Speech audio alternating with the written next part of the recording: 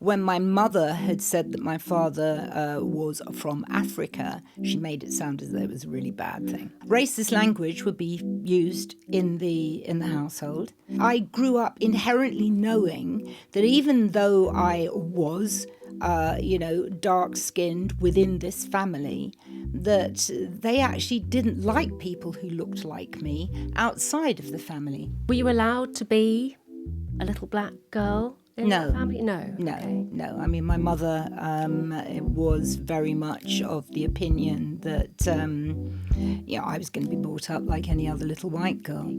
So we tried to find a different name, and somebody just said Pauline. Pauline's black. And I said, yeah, that's it, Pauline Black. Did that feel good? Oh, it felt amazing. I mean, it was like, sort of it was like really, I suppose, if, slave names, people put an X after their name, like Malcolm X or whatever. I just decided, right, you're going to have to call me Black now. Hello, welcome to Lives Less Ordinary on the BBC World Service YouTube channel with me, Jo Fidgen. This is the place to come to meet extraordinary people who are leaving their mark on the world. When Pauline Black took to the stage with the ska band, The Selecter, she was about to change the dial. This was 1979. Racism was thriving in Britain and the far-right National Front was on the rise. Pauline was the lead vocalist in a newly formed band which had black and white members, and its music was a fusion of punk and reggae. It was something of a revolution and a clarion call to a new society. But Pauline had a ton of questions about her own identity and her place in the world, questions that would take decades to resolve.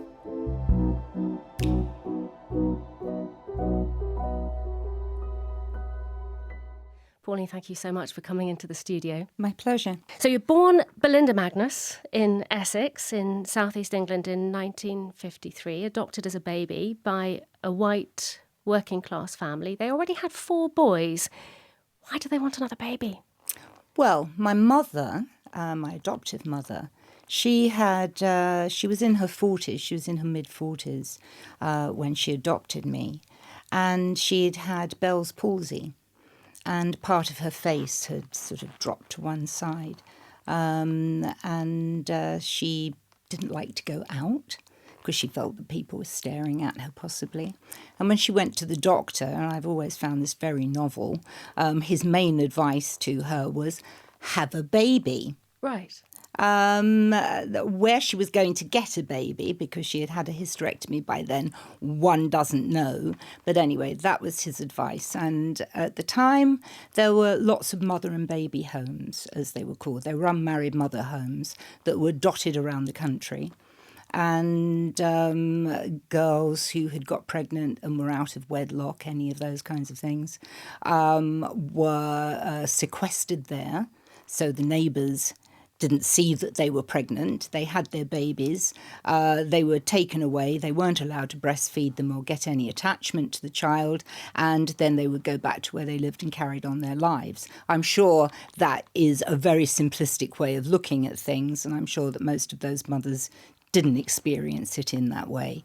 But anyway, my mother was in that situation, my birth mother, that is.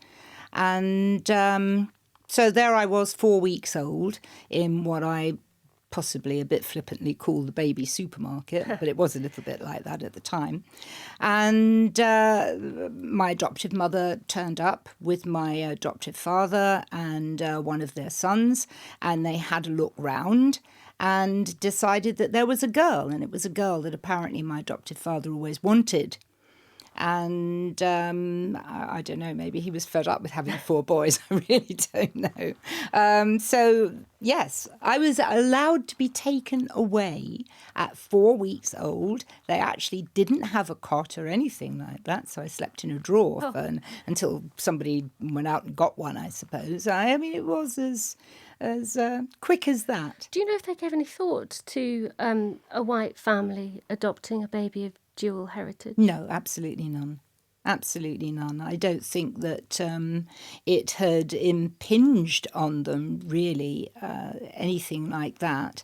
I mean, it's quite curious when you look at things these days and see how how people feel about somebody who is a different colour from them or whatever. But they wanted a girl, and I think there weren't a lot of, say, white babies around. Babies that were of dual heritage or had both black parents were normally shipped off to orphanages. Dr. Bernardo's would have been the one that was closest to my adopted parents, and that had been in Dagenham at that time. The reason for that being that white babies tended to get snapped up fairly quickly by white couples.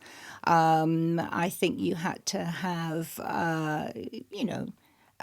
a real need to adopt a child at that time who was of mixed heritage. How did your adoptive parents tell you that you were adopted? Well, they had to tell me before I started school, so I was pretty oblivious until then that there was any particular difference between myself and anybody else. But this was going to be pointed out when I got to school. And I remember her sitting down, and she was doing the washing, the weekly wash. And I really remember this really clearly. She was ironing some clothes while something soaked in the sink. And there were some sheets. And she just started telling me the story, which was a bit of a fairy story, really, when I look back on it now. But she told me that, they weren't my real mum and dad. And my real mum had been this poor girl, as she termed my birth mother, who'd been far too young, and she'd been made pregnant by somebody from, who didn't live in this country, lived in Africa, and she had me. And that's when the real fairy story kind of kicks in. I had been chosen, I had been picked, all those wonderful words that people use about adopted children.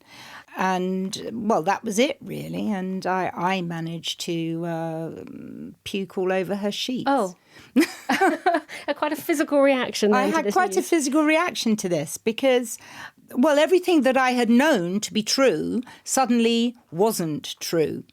And I grew up in a place called Romford. I'd been born in Coggeshall in this unmarried mother's home. So all I knew was the street that I played in, next door neighbours' children. And that was it. And everything seemed relatively hunky-dory. Suddenly, nothing was.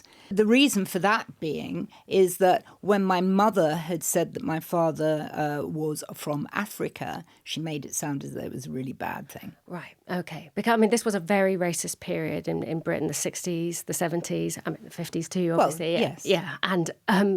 but not just that, it was at the height of colonialism. Right. And, independence for the colonies at that time, that wasn't something that was being spoken about. So what pictures you saw of black people were very much of, the kind of thing that... people, well, today will be absolutely aghast at, when black people were seen on the television. It could be the black and white minstrel show. It could be any of those kinds of things. Or Hollywood films. It was always playing a servant or something. But I hadn't really taken any of that on board. That would all come later. But I was obviously, I think...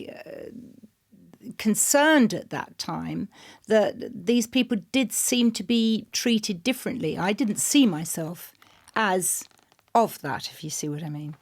When you had that knowledge about yourself then, did you think your family were treating you differently from, for example, your white brothers? No. No, not at all. That is the curious thing about racism in the circumstances that I grew up in. Racist language would be used in the household. If people went to the doctor and found that there was a locum and they were of some African heritage or whatever, people would remark on this and not in a particularly good way.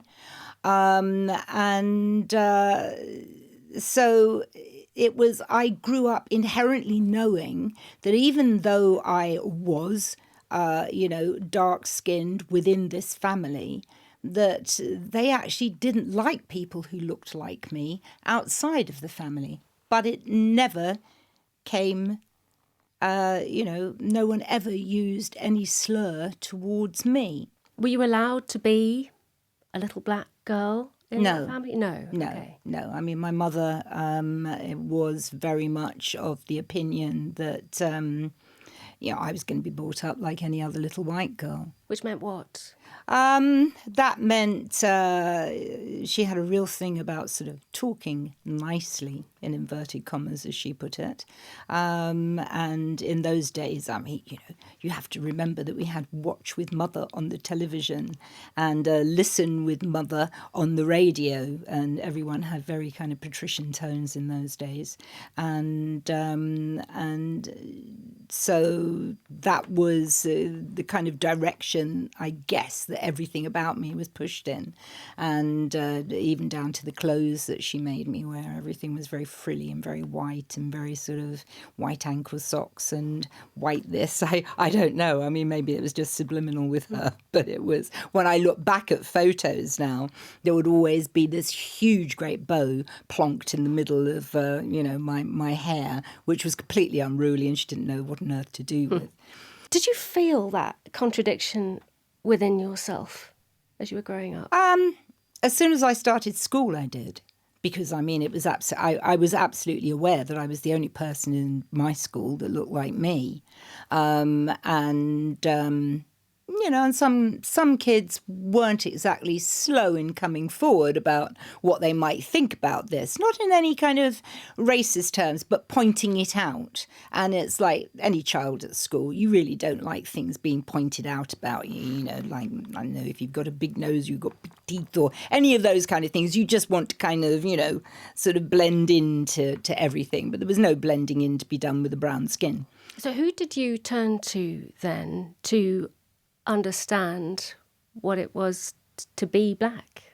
The TV.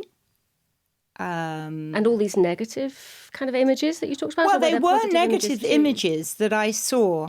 I suppose I didn't really get to grips with it in any certain way, other than to know that that people could be a little bit strange. I mean, my mother always introduced me as she's adopted, That would always be the addendum to anything she said. If it was a stranger, if we were meeting a stranger for the first time who may not know what our relationship was, she would put them right on it straight away. And she was not you were not her biological yes, child. I was not her biological child. Of course, I didn't really see the significance of that at the time. But in retrospect, I kind of see maybe where she was coming from. Because, and most white women at that time, if they'd had a child of, dual heritage and the child was black, there would be a stigma attached to that during the 50s and during the 60s. So she always put people straight away that I was adopted. There is a moment in your teens when I think your perspective starts to change, quite a transformational moment in your life. And this is when you come across the poetry of the American writer and social activist Langston Hughes. And one of his most famous poems, apologies for any offence caused by the title, it's called The Negro Speaks of Rivers, not language we would use today, but it reflects the language at the time it was written, 1921. The first time I heard that, I don't know, it was a little bit like finding some kind of an answer. I mean, it was an actual person, a black person speaking, and not just speaking, but actually saying those words. And I had a picture not of anyone who looked like a servant or anything like that, or looked as though they had been blacked up, especially for the black and white minstrel show, which is what I'd seen. I saw something that was a proud person. And someone who could conjure these words. out of something that seemed important.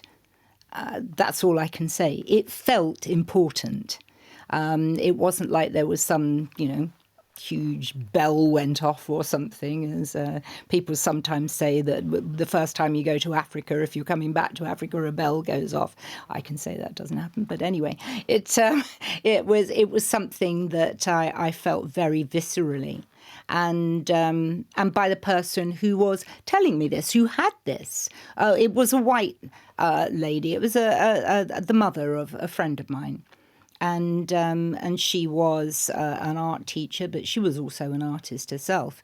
And I used to go round to their house, and I could see very, very clearly that this was a very, very, they were much younger parents than my parents were.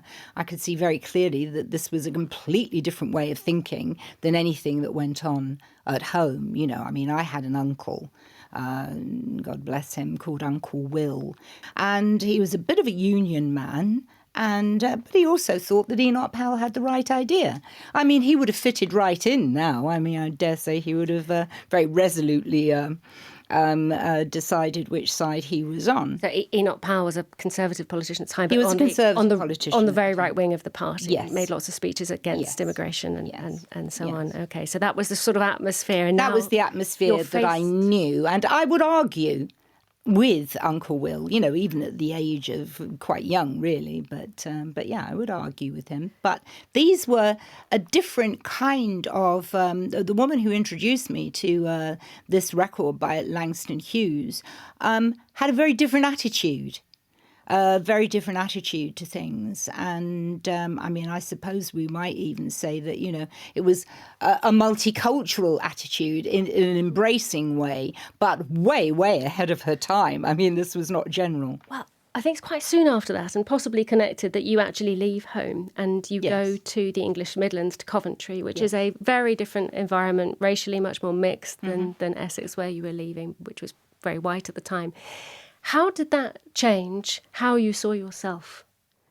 Well, I suppose I was that river. I was sort of starting, I'd found a little tributary of my own by that time, via seeing pretty terrible things, I guess, during the whole situation, during 1968. The whole situation of civil rights in the southern states of America. I had been very much kind of... driven into myself, I think, at that point about what I thought about this world that I lived in. But at the same time, we had the rise of Tamla Motown, we'd had soul music, we'd had people like Aretha Franklin come along, singing Respect, sort of walking down the street very, very proudly. We'd had Dr. Martin Luther King, we'd had Malcolm X, we'd had Marsha Hunt in Hair, a musical in London. So all of that, I had taken all that on board and run with it, basically. So when I fetched up in Coventry, I was ready. Ready for lots of things. You were ready for lots of things, you were indeed. A science student. I was. You would go on to train to be a radiographer, work in the National Health Service, but you were also a budding musician and playing in local pubs and singing. Did you think at that point that you could be a professional singer, musician? Was that part of the landscape? It never crossed my mind that I would ever be a professional musician. I enjoyed singing, and I enjoyed teaching myself to play the guitar, and I enjoyed this rather strange little setup that happened in the back room of a pub in Coventry called the Old Dyer's Arms. And Finbar Fury used to turn up there every now and again and do some sort of relatively... The Furies were an Irish band from Southern Ireland, from Éire, and and they had certain views about things, so it was fairly radical songs that they would sing, as we had what they called a stay back in those days, which meant you were drinking after hours and people just put the shutters down. Everybody knew what was going on, but it was all quite jolly, and there was a folk club going on, and I remember sitting in there one time, and there was a bit of a dearth of women who were doing any of the performing. In fact, there was only one, and that was the girlfriend of the guy who ran it. And she got up and she sang "Yellow is the colour of my true love's hair." And I thought, well, that's a bit wrong, because Nina Simone did "Black is the colour of my true love's hair." So I thought, I'm sure I could go home and teach myself a few songs. So I did, and I came back the following week and played something, and just kind of stayed there, really. I mean, no one asked me to leave. Well, so until that was it. They gave you an opportunity to leave, because this is where your talent was spotted. And all of a sudden, I mean, it feels like all of a sudden, you're the lead singer, the lead vocalist in... That took 2 years. It's pretty quick. You're working in the day job in a hospital. And, well, yes. And, here you are suddenly asked to join the Selector, which is part of this very influential two-tone movement. And your life was about to change in a very big way. But one specific change I'd just like to ask you about now is the conscious decision you took to change your name.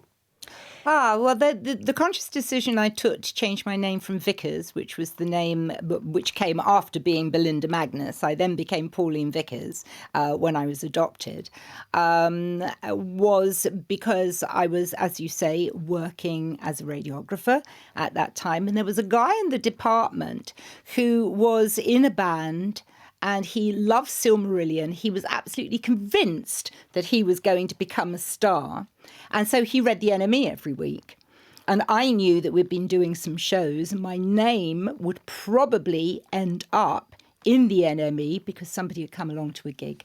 So we tried to find a different name, and somebody just said, Pauline's Black. And I said, yeah, that's it, Pauline Black. Did that feel good?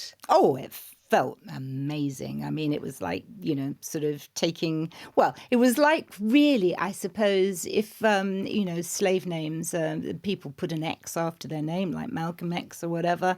I just decided, right, you're going to have to call me Black now. So there you are. You're a Black female lead singer. You've got mostly Black musicians. You've got one white musician in the band. How revolutionary was that?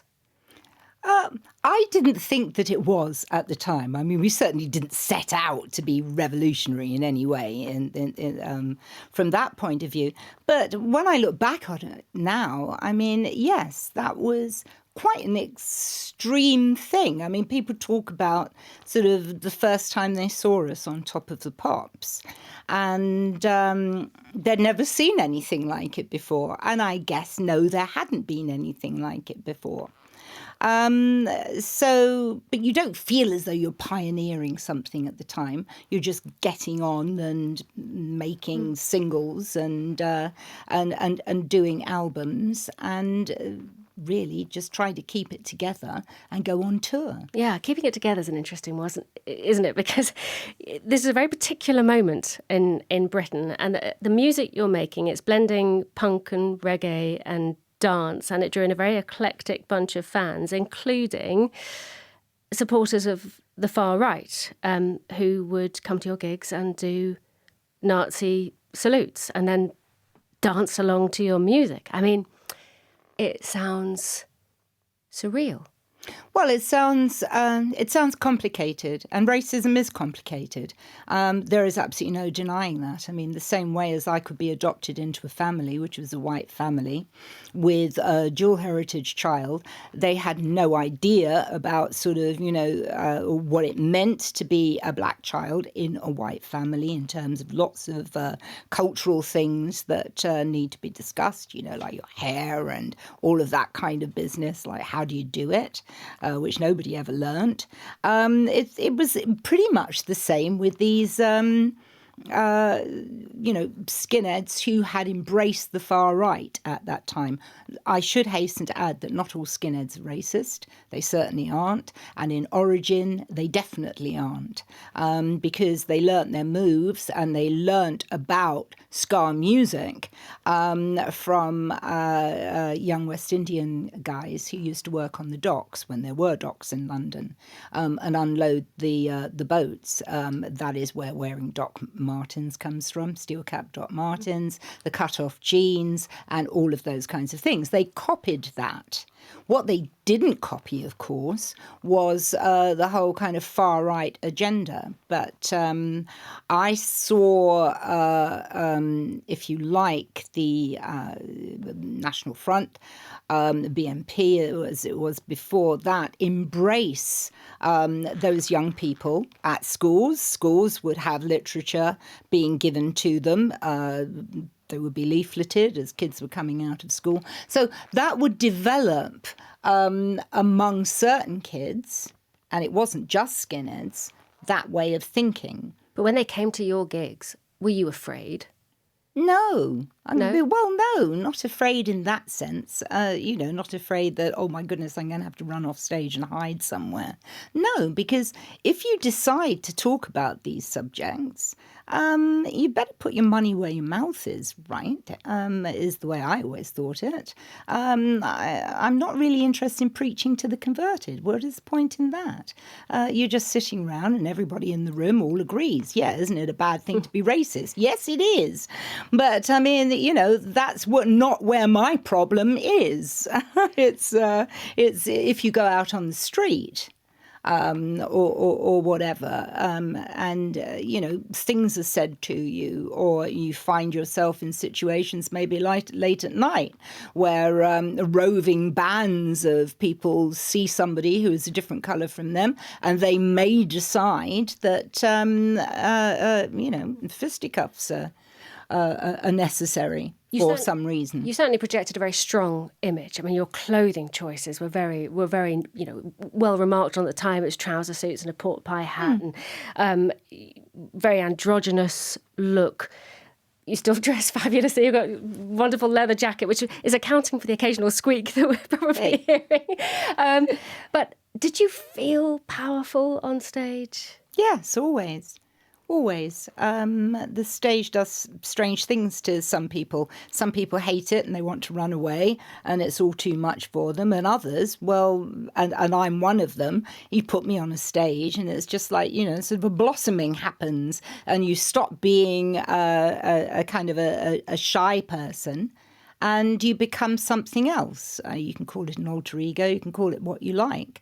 But I decided at that time, there were two blueprints, basically, for black women in those days. That was to be one of the I3s, which was Bob Marley and the Wailers backing singers, and that whole kind of Earth Mother view, and red, green and gold and all those kinds of things. But I wasn't from Jamaica. So that didn't really fit me as much as I loved the music. It didn't fit me in terms of how one looked.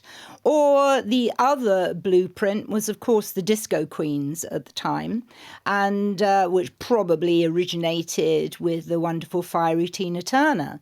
And there was no way that I was, ever going to appear in sort of, skimpy dresses and things like this. I mean, no offence, Miss Turner rocked that look brilliantly, but I just didn't really feel that it was for me. So, I mean, if I did anything for the cultural mix of Britain, it was to, I suppose, to invent the rude girl in a rather strange kind of way, which was people always go on about a pork pie hat. I don't wear a pork pie hat. I wear trilbies, which is a kind of more feminized, men wear pork pie hats. It's nothing to do with me. And suits, trousers. I mean, it was much easier to run around a stage and keep your dignity intact with trousers on and a jacket. But yes, it was, I guess, dressing a bit like the guys. But you had to own your space. And that's very much what I intended to do. You had a fabulously successful couple of years with the Selector.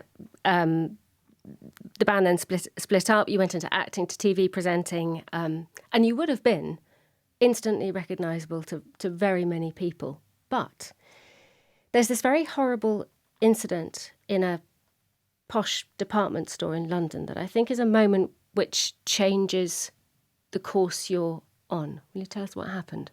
I'd bought a jacket and it was a hot day. But suddenly it became very, very cold. And this particular department store, mentioning no names, was on Oxford Street. And I thought, well, I'll slip the jacket on. So I went to the loos, which I knew were on the second floor. and went in there, and there was nobody else in there. And I'm standing at the mirror with this jacket on, which I had just bought, and at some considerable expense. And this woman just came out of one of the loos, just turned around to me and said, there's no toilet paper in here. Go and get some toilet paper, in those terms, like I was slacking or something. And it suddenly dawned on me that she thought that I was the lavatory attendant. And so I really just let loose with both barrels, I guess, and, words that possibly I can't say on the air, but she was in no, she knew exactly what I mean. And I said, look, we're not all here to serve you. I'm not the lavatory attendant, and you better find someone else, I'm afraid. Is this connected to the decision you then make you're 42 at this time, to go and find your birth mother? Yes, absolutely. I'd always had, I suppose, society makes you have a not quite belonging attitude. People call them microaggressions these days. They're very, very, very small things. And if I explain things, it's like whenever a black person explains things to somebody who is white and hasn't grown up having those microaggressions happening to them during most of their lifetime, they don't really know. But if something like that is going down in a room and there is another black person in the room, I only have to look at them and they know. We don't have to exchange words. They know what is happening, and we both know that we probably won't say anything about it. But because there is a kinship in this, that we have recognized it, and we will move on from that, because you have two things that you can do. You can become confrontational about it, or you can shut up. And I guess that really it was just one of those times when I thought, I'm not going to shut up about this. I'm just going to tell this woman what I think. And out of that, I thought, I've just got to find out who...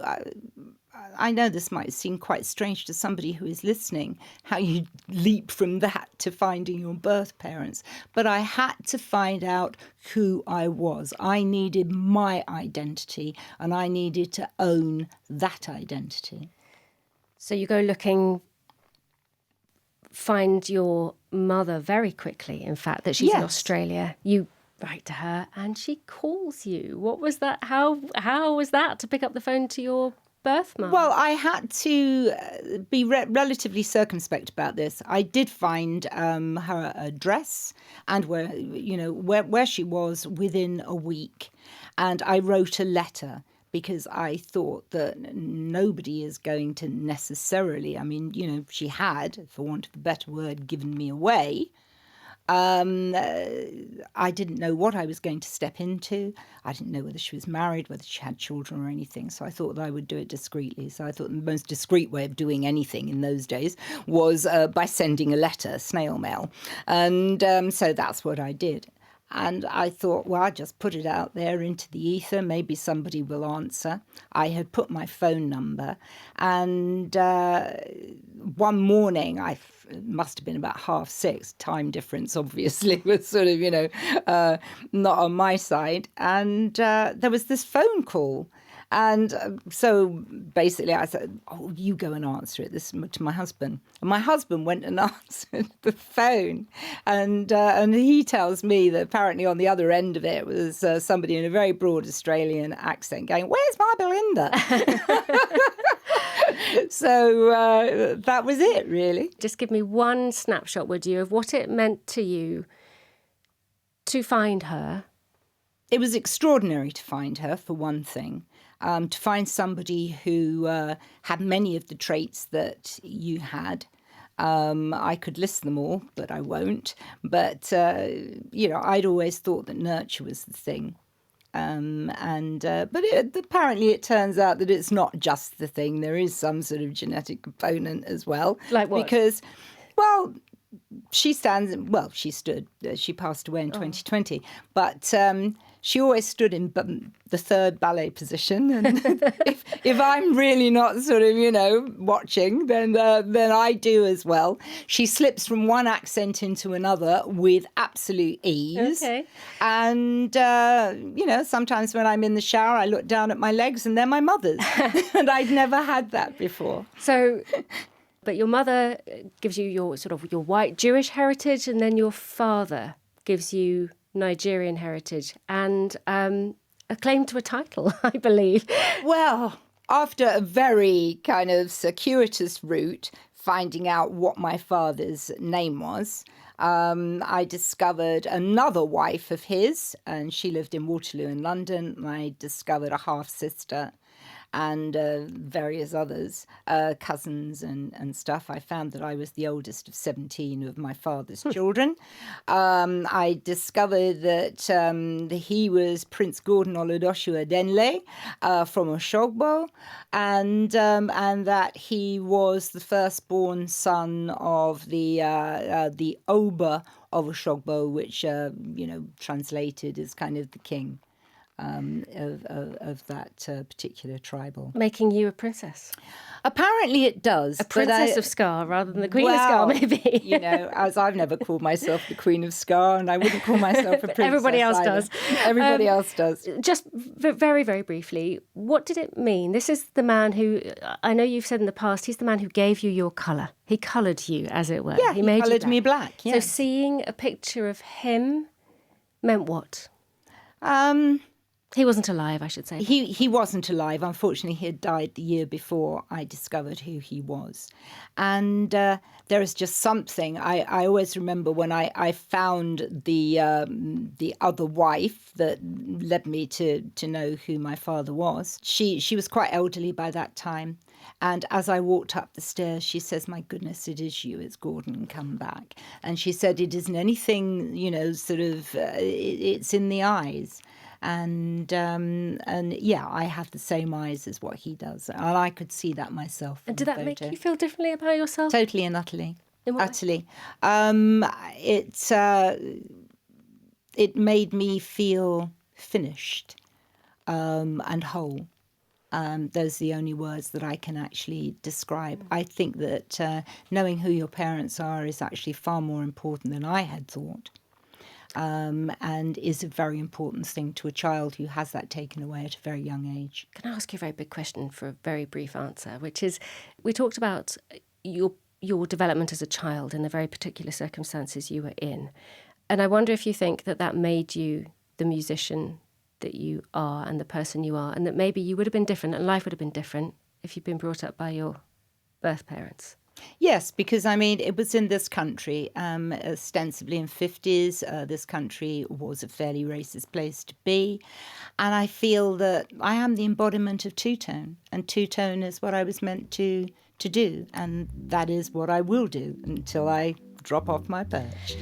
Pauline Black, thank you very much indeed. People might like to know that there's a documentary about your life called Pauline Black, A Two-Tone Story.